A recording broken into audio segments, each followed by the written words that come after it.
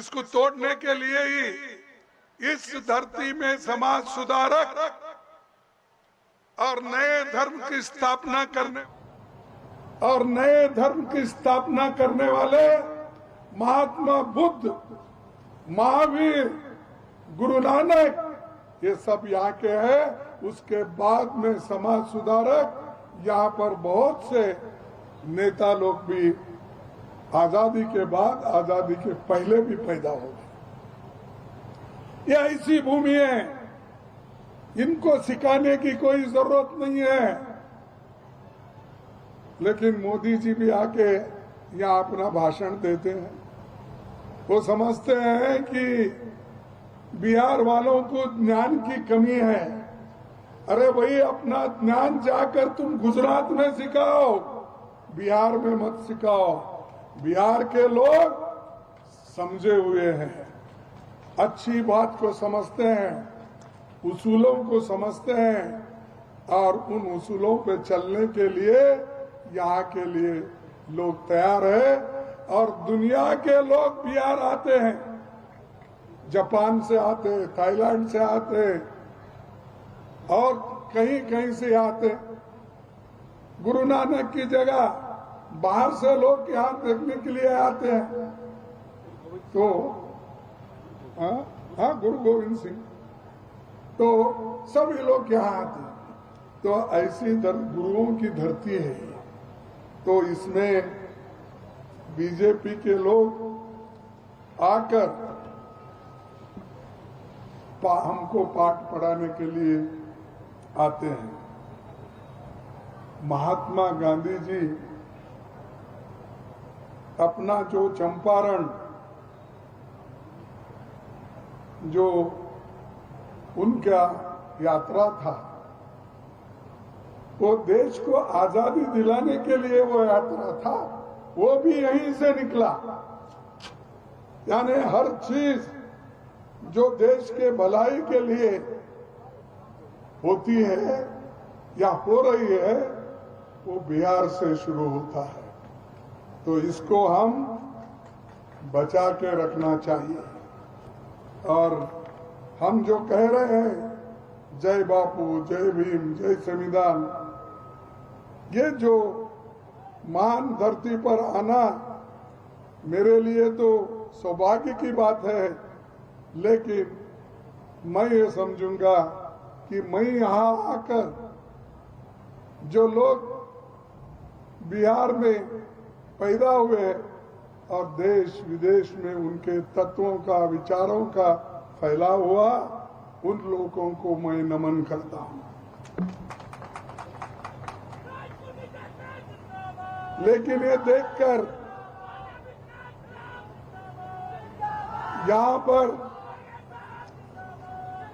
पर महान लोग जो हो गए हैं, अरे सुनो भाई, जिंदाबाद के नारे पहले बाद में लगाओ, पहले सुनो क्या बात है, हम क्यों पिछड़े हुए हैं, क्यों हम लोग हमको कैसा रगड़ रहे हैं, उसका पहला अध्ययन करो। उसके बाद जिंदाबाद क्या बोलना है बोलते जाओ। जिंदाबाद जब आपकी विचारों का अगर जिंदाबाद होता है तभी जिंदाबाद बोलो। जब आपका विचारों का ही अगर हमारे विचारों को ही कोई कुचल रहा है,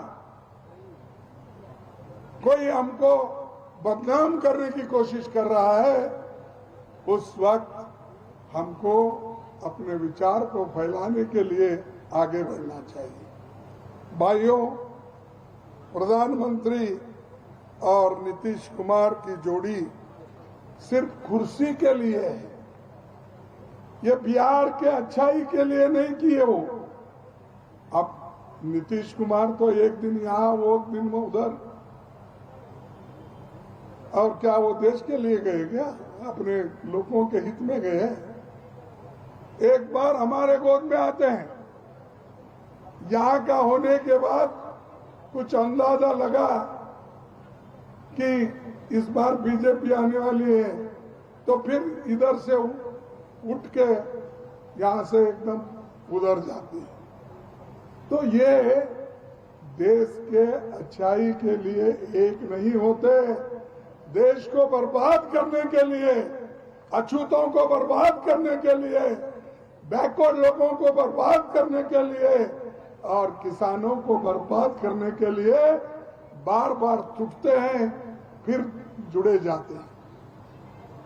यह आप ध्यान में रखो। कोई किसी एक चीफ मिनिस्टर बनने से देश का उद्धार नहीं होता। देश के उद्धार उस वक्त ही होगा हम सब मिलके अगर देश के लिए काम करेंगे, गरीबों के लिए काम करेंगे, तभी हम आगे बढ़ सकते हैं और देश भी आगे बढ़ सकता है। भाइयों, ये बजट सत्र में परसों हुआ, इसमें क्या हुआ? इसमें सिर्फ मोदी जी ने एक बिल ला के अपने लोगों को कहकर जबरदस्ती से ये वक्फ बिल बना लिया। भाई आज तक उस पर किसी का तकरार ही नहीं था, लेकिन अब जहां झगड़ा नहीं हो रहता, जहां डिस्प्यूट नहीं है, वहां मोदी जी डिस्प्यूट कराने लगते हैं, झगड़े कराने लगते हैं और लोगों को हिंदू और मुसलमान में बांटने के लिए, बैकवर्ड्स और अमीरों को अलग करने के लिए, बैकवर्ड और अति बैकवर्ड को अलग करने के लिए ये काम करके उन्होंने देश को इतना तबाह और तंग कर दिया है। आज लोग परेशान हैं, देश के लोग। और ये सब षड्यंत्र आरएसएस और बीजेपी का है। आरएसएस और बीजेपी ये गरीबों के दोस्त हो नहीं सकते, किसानों के दोस्त हो नहीं सकते और महिलाओं के दोस्त भी नहीं हो सकते, क्योंकि मनुस्मृति में क्या लिखा है? जैसा शूद्रों को दूर रखते हैं वैसा ही महिलाओं को दूर रखना चाहिए। उनको शिक्षण नहीं देना और कौन से भी पवित्र कामों में महिलाओं की भागीदारी नहीं होना। लेकिन बाबा साहब अम्बेडकर अपने संविधान में ये प्रथम महिला को आद्यता दी, नेहरू जी ने दी, गांधी जी ने दी। ये सब लोग महिला के प्रति आदर और सम्मान के साथ उनको संविधान में जगह दिया। इसीलिए आज हमारे महिलाएं जिला panchayat, taluka panchayat, municipality, mayor election में आए हैं या नहीं आए? आए ना? ये पहले था कभी? हमारे समाज में ये सब लोग कुचले हुए थे। इनको ऊपर उठाने का काम कांग्रेस किया, किसी ने नहीं किया। ये आप सोच लीजिए, कोई आपके पास आएगा जाति के नाम से वोट पूछेगा, कोई आएगा आपके पास अपने लोगों के हित में पूछेगा, और कोई आएगा सबकास्ट के नाम से वोट पूछेगा। ये सब लोग गरीबों को लूटने वाले हैं, गरीबों की भला करने वाले कोई पार्टी नहीं। मैं और एक बात आपके सामने रखना चाहता। हाल ही में नेशनल हेराल्ड पेपर का नाम सुने आप? नहीं। ये पंडित जवाहरलाल नेहरू जी, पंडित जवाहरलाल नेहरू जी 1937 में, 1937 में ये नेशनल हेराल्ड पेपर निकाले थे। कई के लिए निकाले थे, देश के जनता को जागृत करना, देश को आजादी दिलाना, ये पेपर था। एक पेपर अंग्रेजी का जो नेशनल हेराल्ड पेपर है, एक पेपर था हिंदी में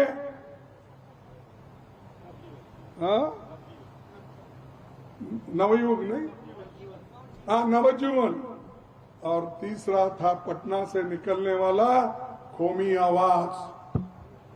ये 3 पेपर जवाहरलाल नेहरू जी ने निकाला जनता की आवाज ब्रिटिश तक पहुंचाने के लिए, ब्रिटिश गवर्नमेंट को बताने के लिए और लोगों को जागृत करने के लिए।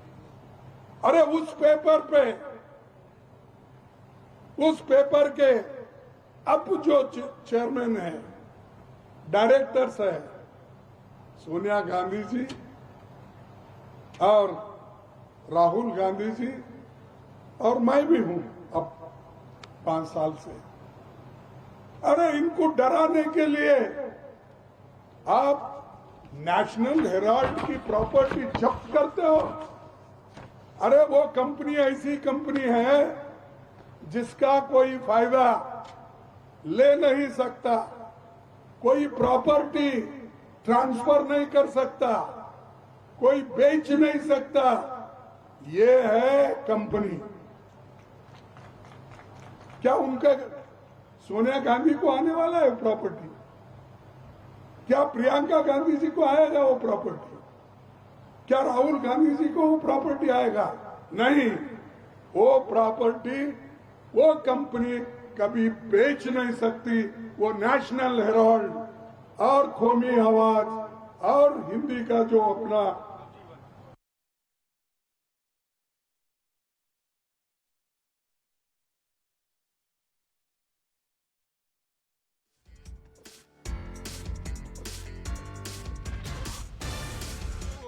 एक्ट में है और उस कानून में है, ऐसी कंपनी है।